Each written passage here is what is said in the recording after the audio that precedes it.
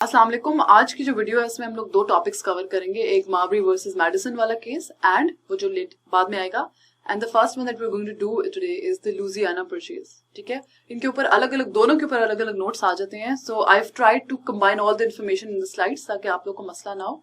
So, देख लीजिएगा, let me know if you have any issues. Louisiana purchase देखते हैं। दिस इज द लुजियाना जो परचेज हुआ था बाय अमेरिका। देख लीजिएगा, this Louisiana purchase connects you, इसलिए भी जरूरी था बिकॉज आप कनेक्ट होते हो गल्फ ऑफ मेक्सिको से थ्रू द मिसिसिपी रिवर जो बीच में फ्लो करता है, यहाँ पे है नहीं। अच्छा, सबसे पहले मिसिसिपी रिवर की इंपॉर्टेंस क्या है? It is vital for the transportation of goods. क्यों? क्योंकि उसका एक्सेस है to the Gulf of Mexico और ट्रेडिंग के लिए बहुत इंपॉर्टेंट था। और सेंटर ऑफ ट्रेड जो था वो न्यू ऑरलीन्स था, जो कि part of the Louisiana territory था और वो कंट्रोल हुआ था फ्रांस से। ठीक है, अब ये थोड़ी सी टाइमलाइन है लुजियाना परचेज में जो आपको याद रखनी है। 1762 में फ्रेंच ने स्पेन को दे दिया कंट्रोल ऑफ न्यू ऑरलीन्स। ठीक है, और Spanish people gave Americans the right to trade in the city. ठीक हो गया। उसके बाद जी ट्रीटी ऑफ सैन लोरेंजो जो है वो साइन हुई थी between the Americans and the Spanish people, जहां पे Americans got the right to navigate through the Mississippi river. ठीक है, ना कि सिर्फ वो मिसिसिपी रिवर इस्तेमाल कर सकते थे बल्कि वो न्यू ऑरलीन्स के ट्रेड के साथ भी, न्यू ऑरलीन्स के साथ ट्रेड भी कर सकते थे। हुआ ये प्रॉब्लम कि 1798 में ये राइट जो था वो रिवोक कर लिया था स्पेन ने, और फिर स्पेन ने कंट्रोल जो था लुजियाना का वापस दे दिया फ्रांस को विद द एग्रीमेंट कि स्पेन जो है वो न्यू ऑरलीन्स को एडमिनिस्टर करता रहेगा। That was a treaty sign between France and Spain in 1800। अब अमेरिकन्स को काफी गुस्सा चढ़ा था क्योंकि एक तो उनका राइट रिवोक हो गया, दूसरा मिसिसिपी रिवर उनसे छीन लिया गया, तीसरा तो वो ट्रेड नहीं कर सकते थे। So they were highly they were very upset about the fact कि जी उनकी इकोनॉमी बहुत हर्ट होगी because the Americans relied on trade via the Gulf of Mexico। ठीक हो गया। फिर अच्छा, नेपोलियन बोनापार्ट जो था वो तब रूल करता था बेसिकली फ्रांस को। ठीक है, और उसको थोड़ा सा कैरेबियन एरिया में ना थोड़ा प्रॉब्लम आ रहा था because his army was being wiped off by yellow fever over there. अब कैरेबियन उसके लिए क्यों इंपॉर्टेंट है? Because the Caribbean area had sugar rich plantations और वो ही wanted to get hold of them, लेकिन उसको फायदा नहीं हो रहा था क्योंकि उसकी आर्मी जो थी वो वाइप ऑफ हो रही थी कंटिन्यूअसली। इसलिए वो उसको डर था। लुजियाना जो था ना, without the sugar cane plantations, Louisiana had no interest, he had no interest in Louisiana whatsoever. लेकिन वो देना भी नहीं चाहता था किसी को। वो ये भी नहीं चाहता था कि भाई अगर मेरा ध्यान हट गया लुजियाना से तो the British will eventually come, क्योंकि British people have a history of invading the American continent.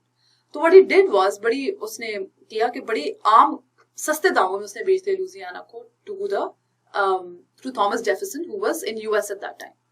This was considered as one of the most amazing achievements of Thomas Jefferson because सिर्फ $15 मिलियन में उनको पूरी Louisiana territory मिल गई थी। क्योंकि Thomas Jefferson ने सिर्फ ये बताया था जेम्स मॉनरो को कि आपने सिर्फ कंट्रोल लेना है न्यू ऑरलीन्स का एंड एक्सेस टू मिसिसिपी, मतलब ये ले लो तो काफी है। लेकिन उनको पूरी की पूरी लुजियाना टेरिटरी मिल गई थी। That doubled the amount of land US had. तो again it is considered as one of the successes. तो this is the entire story of Louisiana purchase in case a question comes on that. ठीक है, अगला जो हमारा topic है वो Marbury versus Madison वाला केस है। This case established the concept of judicial review, very very important concept, a very very important case. ठीक है, अच्छा अब थोड़ा बैकग्राउंड देख लेते हैं। बैकग्राउंड क्या है कि जॉन एडम जो था, वो was the second president of the US. ठीक है, उसकी प्रेसिडेंसी में जो उसका सेक्रेटरी ऑफ स्टेट था, he failed to deliver documents, जिसमें उस डॉक्यूमेंट में एक रिसिपिएंट जो था वो विलियम मार्बरी था, who was going to be the justice of peace in the District of Columbia. उसको वो लेटर मिलना था एक्सेप्टेंस का। अब जब वो ये लास्ट डे पे डिलीवर नहीं हुआ, थॉमस जेफरसन जब पावर में आया उसने कहा कि भाई I am not going to honour this commission, क्योंकि अब तो प्रेसिडेंसी चेंज हो गई है and he wanted to keep the opposition party away from the office. तो उसने कहा, he told his secretary of state James Madison to not deliver the documents. अब मार्बरी ने सू कर दिया जेम्स मैडिसन को and he asked the Supreme Court to issue a writ जिसमें से वो रिक्वायर्ड हो कि उसका थॉमस जेफरसन का secretary of state immediate basis पे और ऑफिशियली विलियम मार्बरी को जस्टिस ऑफ पीस बना दे। अब कोर्ट के सामने ये कुछ इश्यूज थे। कोर्ट ने जो यूनानिमस डिसीजन था वो 4-0 का था। इसमें कोर्ट का ओपिनियन जो था, it was written by the chief justice John Marshall जो था उसने 3 सवाल रखे थे कोर्ट के सामने। First, did Marbury have a right to his commission? क्या मार्बरी अपनी उसको नौकरी जो मिलनी थी क्या वो सही थी या नहीं थी? Second, if Marbury had a right to his commission, was there a legal remedy for him to obtain it? चलो जी, मान लिया कि राइट था उसका नौकरी में, लेकिन क्या एक लीगल रेमेडी अवेलेबल है उसके लिए कि वो कोर्ट में जाए और सू करे गवर्नमेंट को और वो पूछे सवालात इस तरह से। थर्ड ये था कि अगर तो कोई ऐसी रेमेडी है तो क्या सुप्रीम कोर्ट लीगली इसको इशू कर सकता है या नहीं। ये कुछ 3 सवाल थे। जवाब कुछ ऐसे हैं कि फर्स्ट मार्शल, अगर आप ये भी लिख लें तो that's more than enough. First Marshall जो था, ही रोट दैट मार्बरी जो था, this is the chief justice, he wrote के Marbury has a right to the commission because सारे procedures were followed. The commission जो था साइन था, the commission was sealed, seal हो गया, इसका मतलब है कि उसको वो नौकरी मिल गई, सिर्फ डिलीवर नहीं हुआ था। तो उन्होंने ये स्टैब्लिश किया कि Marbury has had a right to the commission, पूरा पूरा उसका राइट था। फिर दूसरा कोर्ट ने कहा कि भाई द लॉज क्लियरली, अगर उसके पास राइट है तो जाहिर है उसकी रेमेडी, अगर वो राइट नहीं मिल रहा उसको तो उसकी रेमेडी ऑब्टेन करने के लिए he can go to the court. Marshall said that it is a general and indisputable rule that when there is a legal right, there is also a legal remedy. मतलब a legal right जब भी है तो legal remedy भी उसको मिलेगी।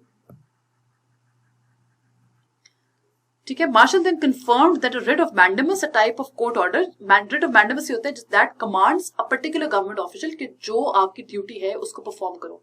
That writ is known as the writ of mandamus. ठीक है। तो उसने कहा था कि it is the proper remedy for Marbury situation.